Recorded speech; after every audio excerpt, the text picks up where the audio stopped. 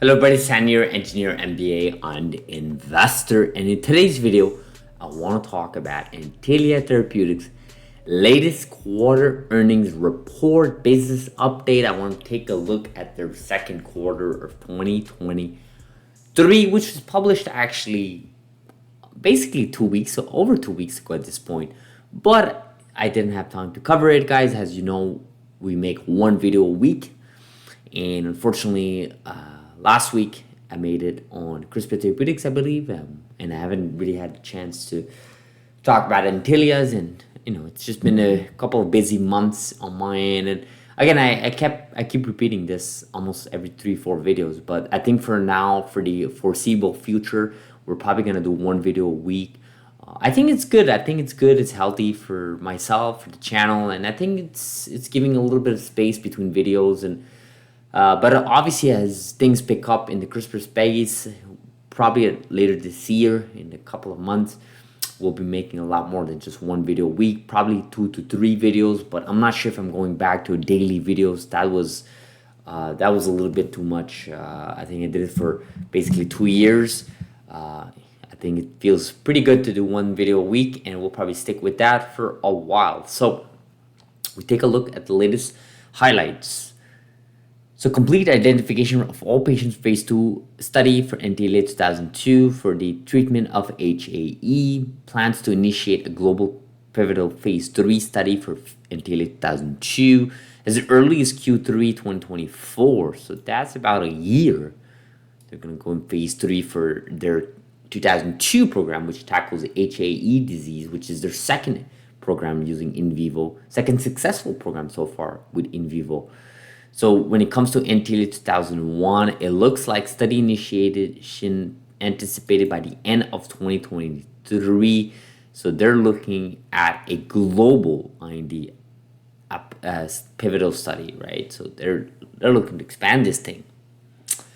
Plans to present additional clinical data in 2023 from the ongoing NTLA 2001 first human study by year end. Yeah. Expects to submit a CTA by year end 3001, which is NTLA's first in vivo insertion candidate in development for AATD. So that's the lung disease, and that's 3001. So their third program in the pipeline there. So it looks like in 2003 is going to get CTA by the end of this year as submission. We'll see if they can get that. And ended the second quarter of 2023 with a strong financial position of $1.1 billion cash. So basically, these guys have about $500 million, half of the cash balance from CRISPR Therapeutics, which is crazy. That speaks volume of CRISPR Therapeutics, right? How much cash they have in the bank. But 1.1 billion is pretty good. And you'll see in just a second why this is good. But a couple of comments here from the CEO and president of the company. We continue to make significant and rapid progress with our development of the first 2 in vivo CRISPR-based therapeutic candidates. For 2002, we are thrilled to see the excitement for the investigational therapy for the HAE community. In just a handful of months, we were able to identify all patients required for a full ongoing phase 2 study, and now expect to initiate pivotal phase 3 next year. We talked about Q3 2024. As far as 2001 concerns, our team has been working diligently to prepare for an IND submission in September and to begin phase 3 study. So by the end of this year. So this is pretty good. So NTLA 2001, 2002 represent only the beginning of our pipeline, and as additional in vivo and ex vivo candidates advances toward the clinic. So no comments from the 3001 program. Still early for the 2001 program, but yes, it is indeed true that NTLA has some ex vivo programs. They're mostly focused on in vivo, but they do have some ex vivo there. So we take a look the upcoming events. There's one in September 6th, that Will Fargo's Health Care Conference. That's a good one actually, and then some couple of others. And we look at the I want to see something here. I want to show you guys the R&D expenses. So R&D actually increased by 25 million year over year. So that's interesting because I believe compared to CRISPR Therapeutics, these guys are increasing expenses while CRISPR Therapeutics decrease expenses. So again, another increase in G&A expenses. If you just look at the where can I see the just from here? Can I see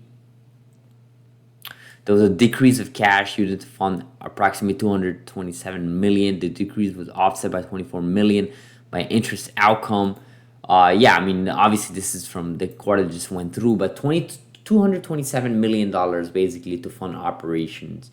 And that's in one quarter, right? And technically, without doing the math, the basic math here, if they're at 1.1 billion, you can fit probably 5 quarters into that. So they can basically run away with this without any single sort of revenue, raising money through the public funds or any sort of gain in their cash balance sheet.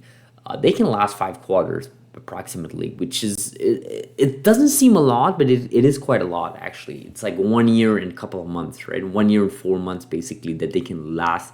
1 year and 3 months, 1 year and 4 months, around that time. So they got like 15, 16 months of they can run away without, ever worrying about bankruptcy, right? So that's a lot of cash in the balance sheet. Now, obviously, they're going to raise funds through the public market. They're going to dilute their stock. Obviously, they're going to establish more partnerships. They can go to Regeneron and say, hey, are you interested in 3001? I believe they fully own that program. Are you interested in that? Let's get that in.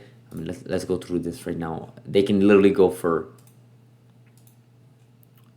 3001, which is the lungs. They say, hey, Regeneron, are you guys interested? Pay us 300, 400 million upfront, and maybe a $1 billion milestone is achieved.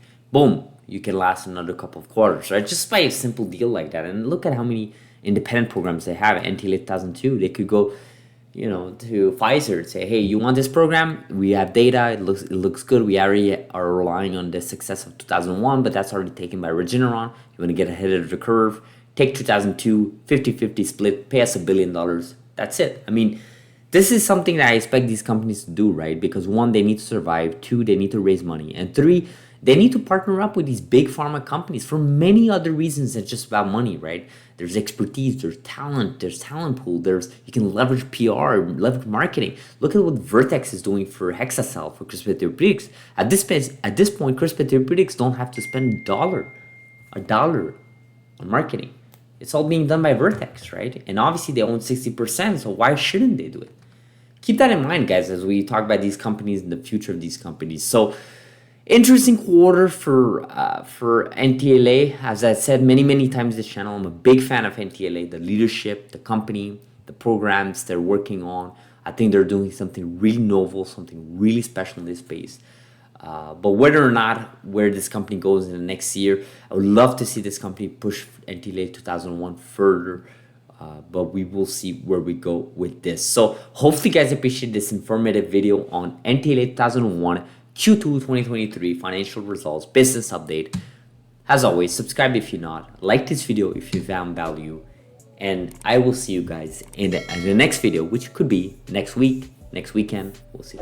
Thank you so much.